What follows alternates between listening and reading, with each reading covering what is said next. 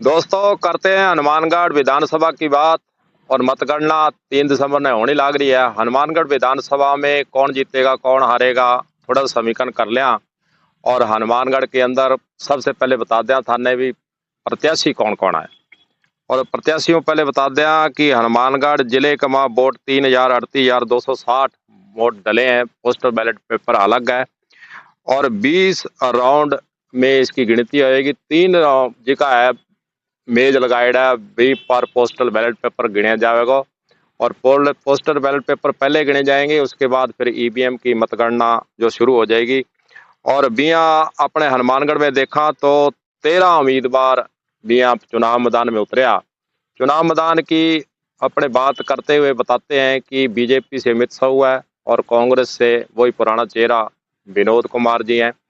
और साथ में सीपीआईएम से हालांकि पिछली बार भी भाग्य जमाया था रघुवीर वर्मा। और एक निर्दलीय प्रत्याशी है गणेश राज बंसल, जो कि वर्तमान में नगर परिषद के सभापति हैं। यानी देखा जाए तो 4 के बीच में मुकाबला है। और जो कांटे की टक्कर बताए जा रहे हैं उसमें 3 की बता रहे हैं, अमित शाह, विनोद कुमार और निर्दलीय प्रत्याशी गणेश राज बंसल। गणेश राज बंसल सभापति नगर परिषद के हैं, लेकिन उनके द्वारा जो चुनाव लड़ना, बीजेपी से टिकट मांगना, फिर कांग्रेस पे से ही मांगना, दोनों पार्टियों टिकट नहीं मिलना, फिर निर्दलीय चुनाव में उतरना। और जो शहर के अंदर उन्होंने विकास करवाए हैं उसको मुद्दा बनाकर गांव क्षेत्र के अंदर भी उगाए। और वहां पर जो सभाएं हुई उसके अंदर उन्होंने इसी बात को ज्यादा उजागर किया है कि शहर के अंदर मैंने बहुत ज्यादा काम किया है। अब तीनों के अंदर मुकाबला है। 3 दिसंबर को मतपेटी और ईवीएम जैसे कहते हैं वो खुलने पर निर्णय होगा कि कौन बाजी मारता है। इसी पर चर्चा शुरू करते हैं। पूछते हैं कुलदीप शर्मा जी से कि आप तीनों में से अगर ये हारते हैं तो क्या कारण है, और अगर जीतते हैं तीनों में से कोई तो उसका क्या मुख्य कारण रहेगा, जीत का सिरा क्यों बंधा। इसके बारे में करते हैं शुरुआत। हाँ जी कुलदीप। सबसे पहले आपने ठीक कहा भाई, 4 ऐसे उम्मीदवार हैं जो चर्चा में रहे, 4 ऐसे उम्मीदवार हैं जिनको कहीं ना कहीं लोग जानते भी हैं, संघर्षों में भी साथ रहे हैं और लोग चेहरा भी मानते हैं। भाजपा से अमित शाह है, कांग्रेस से विनोद चौधरी पर फिर से दाव खेला गया, और माकपा से रघुवीर वर्मा है जो अधिवक्ता है, और इसके अलावा निर्दलीय जो है वो गणेश राज बंसल है।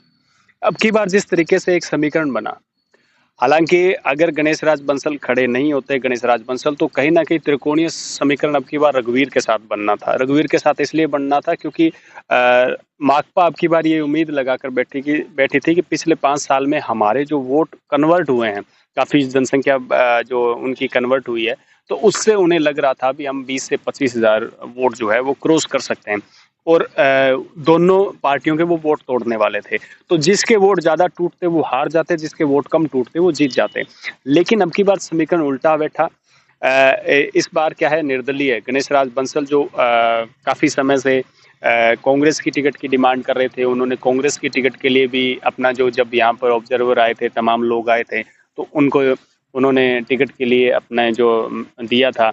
और उसके बाद जो है वो भाजपा की तरफ भी दौड़े। आखिरी मौके तक उन्होंने प्रयास किया भी कहीं ना कहीं भाजपा की सदस्यता ग्रहण की जाए, और इसके साथ ही सदस्यता ग्रहण करने के साथ ही वो जो है भाजपा की टिकट भी उन्हें मिल जाए। लेकिन कांग्रेस और बीजेपी दोनों में भी वो अपने समीकरण साधने में नाकामयाब रहे।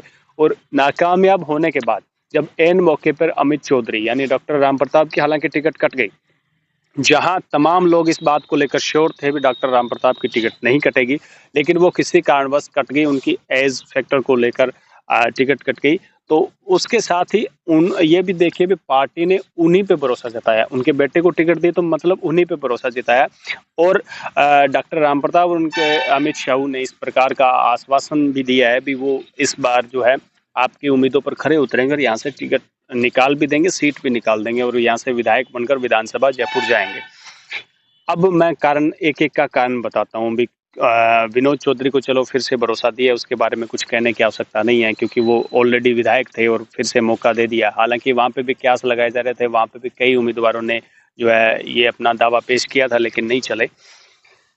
अगर अमित शाह बताया जाता है भी अमित शाह के जीतने के 2 बड़े कारण हैं। एक तो वो यूथ हैं, युवा हैं, और युवा होने के चलते जब वो पिछले 5 साल में जब सरकार सत्ता में नहीं थी, या जब वो डॉक्टर राम प्रताप भाजपा की सरकार में मंत्री बने थे, तब युवा चेहरे के रूप में वो उभरे थे और युवाओं के बीच में वो खासा रहते थे, युवाओं से जुड़ाव था। इसके साथ ही लोगों से मिलना-जुलना, यानी डॉक्टर राम प्रताप ज़्यादातर दिल्ली, जयपुर रहते थे, तो उनकी विधानसभा के सारे काम जो है अमित जो है सऊ देख रहा था उनका। तो उनके बेटे का सीधा डायरेक्टली पब्लिक से जुड़ाव था, क्योंकि सारे काम अमित के मार्फत होके जा रहे थे। और यही कारण रहा भी पिछले 10 साल में जो है अमित का जुड़ाव जनता से अपने पिता के मुकाबले ज़्यादा हो गया था। तो हालाँकि पिता अपने निजी कारणों से या फिर जो विधानसभा के कारणों से या अपने मंत्रालय के कारणों से वो ज़्यादा बाहर रहते थे। तो ये फैक्टर देखा गया है, और साथ में युवा थे, युवा चेहरा था, 47-48 की उम्र है। तो पार्टी को ऐसा लगा भी हाँ, पिता 3 से 4 बार विधायक रह चुके हैं, तो पिता जो है पिता के कदमों पे चलेगा और पिता का थोड़ा सपोर्ट लगेगा तो अमित जो है भाजपा की टिकट निकाल सकता है। और यही कारण है भी अमित को, 2 कारण मैंने बताया, एक तो पिता और दूसरा मैंने बताया युवा है। तो इन दोनों कारणों से अमित जीत सकता है। और अमित के हारने का सबसे बड़ा कारण ये है, जिस प्रकार से गणेश राज बंसल ने निर्दलीय चुनाव लड़े, और निर्दलीय चुनाव लड़ने के साथ जो पार्षदों को या फिर लोकल जो बाजार को या फिर आसपास के गांवों को जो साधने का जो प्रयास था, वो काफ़ी, क्योंकि टिकट देरी से मिली, टिकट देरी से मिलने की वजह से वो कैंपेन कम कर पाए, और कैंपेन कम होने की वजह से जो गणेश राज बंसल जो है वो उनके कुछ धड़ों को या तोड़ने में कामयाब रहे। तो वो, अगर वो फैक्टर काम करता है, वो धड़े जो टूटकर गणेश राज बंसल के साथ गए हैं, वो कितने वोट दिला पाते हैं। अगर वो वोट प्लस में जाते हैं तो कहीं ना कहीं एक नुकसान जो है अमित शाह को है, क्योंकि शहर में इस प्रकार की हवा भी है, इस प्रकार की बातें भी है, तो कहीं ना कहीं गणेश राज बंसल शहर में मजबूत है।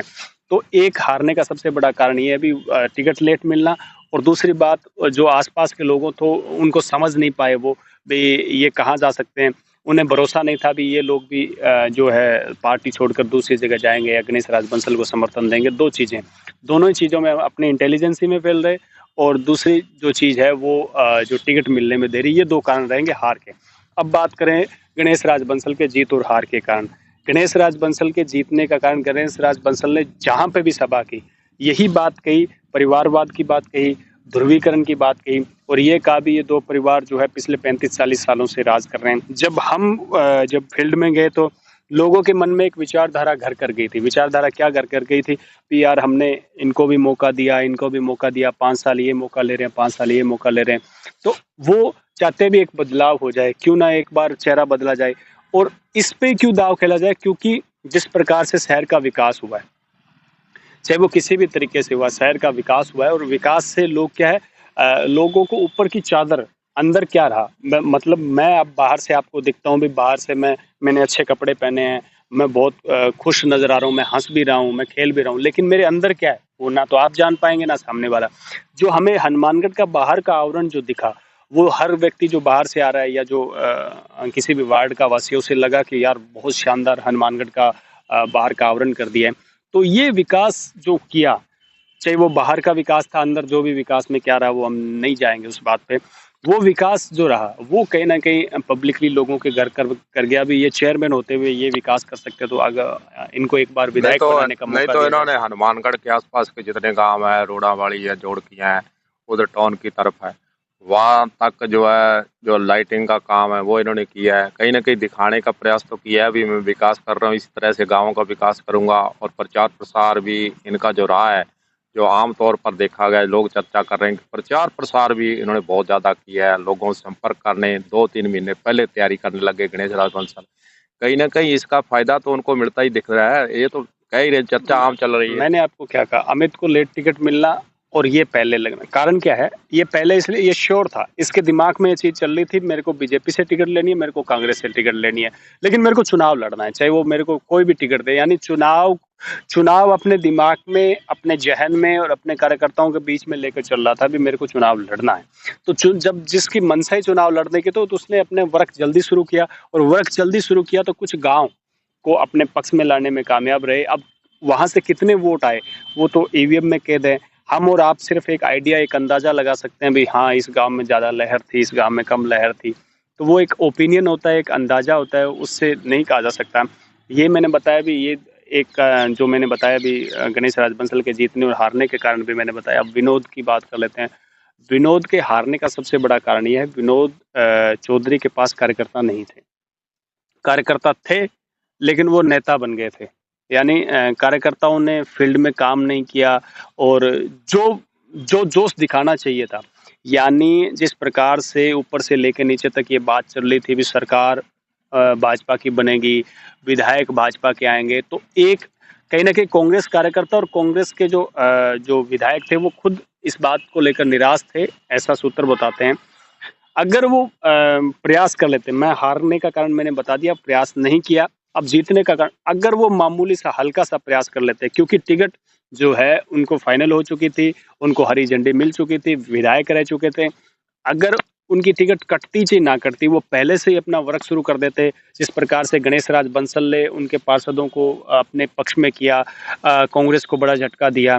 बहुत सारे ऐसी जगह पे, क्योंकि कांग्रेस के चेयरमैन थे, तो वो चेयरमैन रहते हुए जो भीतर घात जो उन्होंने किया, तो अगर समय रहते रोक लिया जाता, या फिर अब जब चुनाव लड़ना ही था तो वर्कर अपने शुरुआत में फिक्स कर लेते, या फिर जो टूट के जाने का डर था उन्हें पहले ही मना लेते, तो फर्क सामने नजर आता।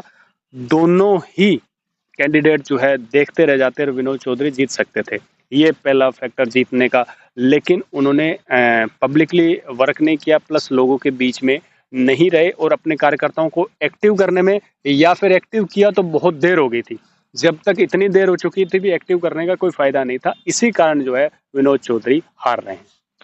तो ये थे दोस्तों हनुमानगढ़ की विधानसभा है जो, उसका समीकरण 3 दिसंबर को खुलेगी ईवीएम। देखते हैं कौन मारता है इसमें बाजी।